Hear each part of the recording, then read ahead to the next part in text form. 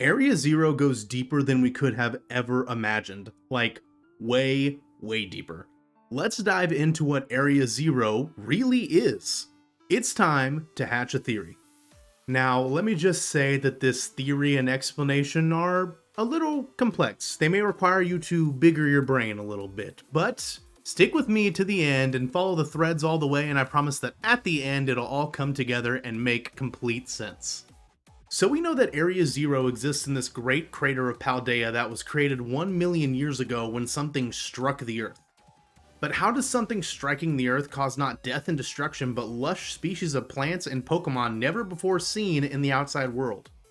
Well, I think we have an answer hidden within the Paldean Expedition book and woven throughout the storyline and even real-world culture in the Iberian Peninsula. In Scarlet and Violet, if you take the history classes at the Yuva or Naranja academies, you learn deep history of the Paldea region, including where the Expedition book originated from. This book was written by a professor named Heath that explored Area Zero nearly 200 years ago and documented some of the Paradox Pokemon that we see today. However, there is one small problem with that. Didn't Paradox Pokemon come here as a result of Sada or Turo's time machine pulling them into this reality? How does this 200-year-old book have evidence of Pokemon brought to the Paldea region just recently then? Well, I'm not sure that Sada or Turo's time machine worked exactly the way that they thought it did, ever.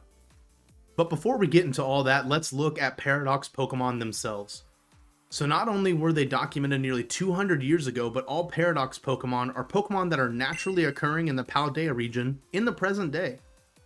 Isn't it odd that none of these Paradox Pokemon from the past or future are not Pokemon that either moved into or moved away from the Paldea region over time, when we know, due to regional forms, that this does happen? I think it's more likely that whatever is at the bottom of Area Zero changed Paldean Pokemon into new forms and also changed plants into plants that we've never seen before, as we have seen in the Expedition book. This would allow both Professor Heath and the current professor to both see Paradox Pokemon in their own times and other Pokemon and plants that only exist in Area Zero. But how could that be? Well, my theory is that whatever is at the bottom of Area Zero is actually the third legendary of the Paldea region, and it has the ability to bend reality. I think we get a taste of this when we terrestrialize our Pokemon, as they become covered in crystals that change their typing. I think maybe these crystals essentially refract reality and change their typings momentarily. I mean, the light spectrum is obviously super important in these games called Scarlet and Violet, aka the opposite ends of the light spectrum.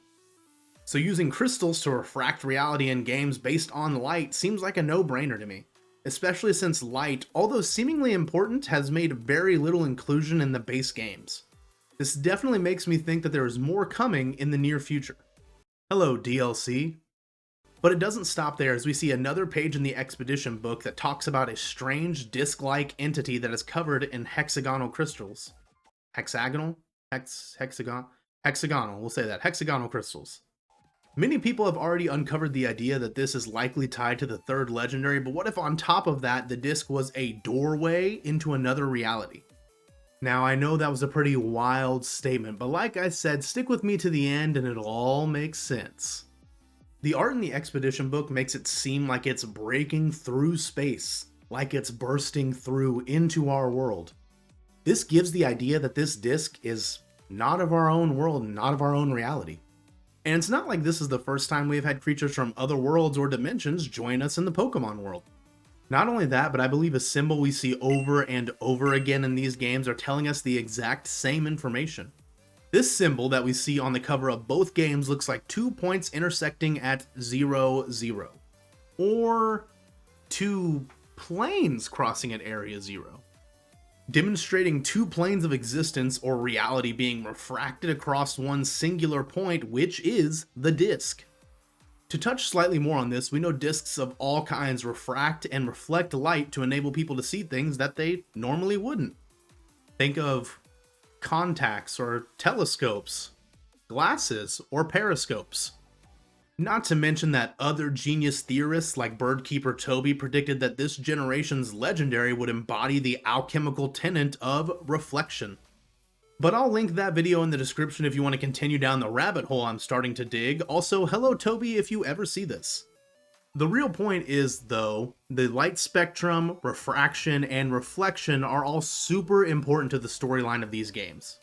But did you know that the people of Paldea think that whatever is at the bottom of Area Zero is actually a magnificent treasure? We see it right here, yet again, in our history class. Stay in school, kids.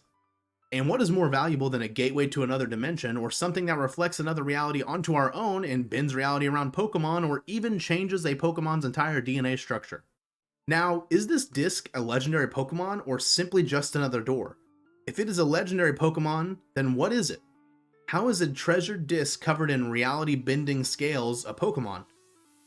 Well, I think the answer is actually found in the mythology and the legends of Paldea's real-life counterpart, the Iberian Peninsula. Within the cultures found in the Iberian Peninsula, there exists a mythological creature known as, and I apologize ahead of time for my pronunciation, the Cuelebre. This is a creature based in Cantabrian folklore that is often depicted as a winged snake. And for those of you that consider yourself uncultured, much like myself, Cantabria is an autonomous region in the north of Spain. But let's get back to the snake.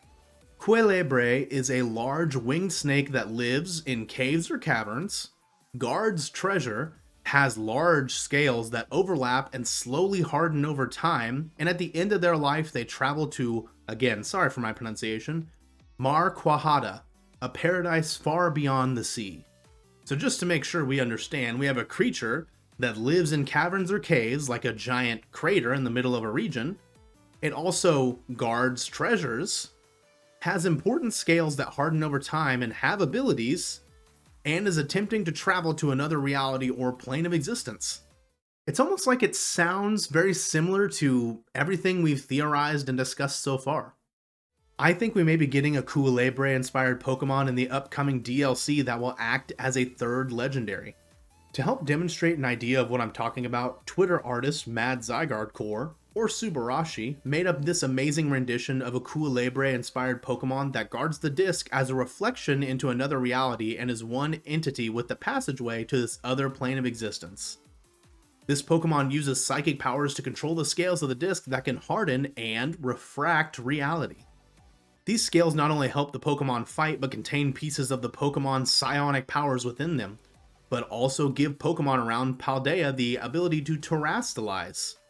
This mythological creature lines up extremely well with the concept of overlapping hard scales we see on the disc in the book and guarding a treasure like we know is at the bottom of Area Zero. Not to mention that if this disc is truly a passageway, it could be the Cuelebre Pokemon trying to gain its strength back and end up back on its side of reality. So here's what I am suggesting really happened at Area Zero. 1 million years ago, this disc and Cuelebre Pokemon, which is the perfect embodiment of this game's themes, light and treasure, entered into our dimension and crashed into Earth.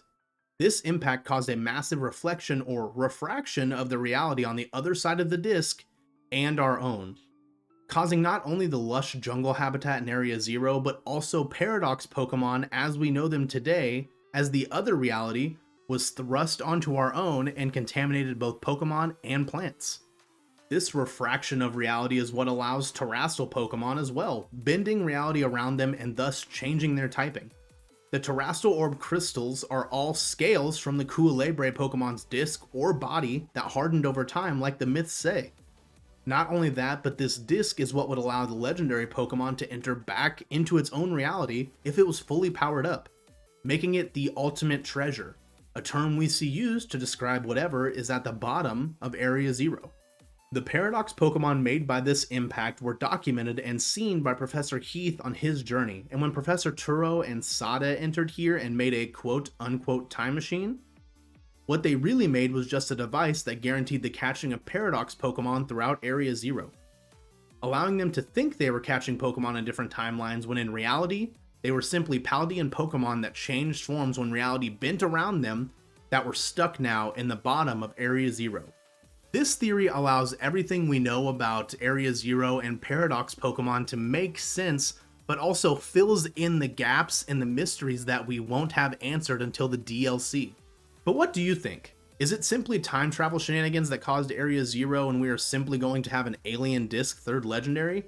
Or do you think the picture I've painted makes some sort of sense? Do you like this Cuelebre style legendary? Or do you love it? Make sure to let me know down in the comments, subscribe to the channel for more theory hatching, and we'll be back very soon with another Paldean Pokemon theory. I will catch you guys in the next one.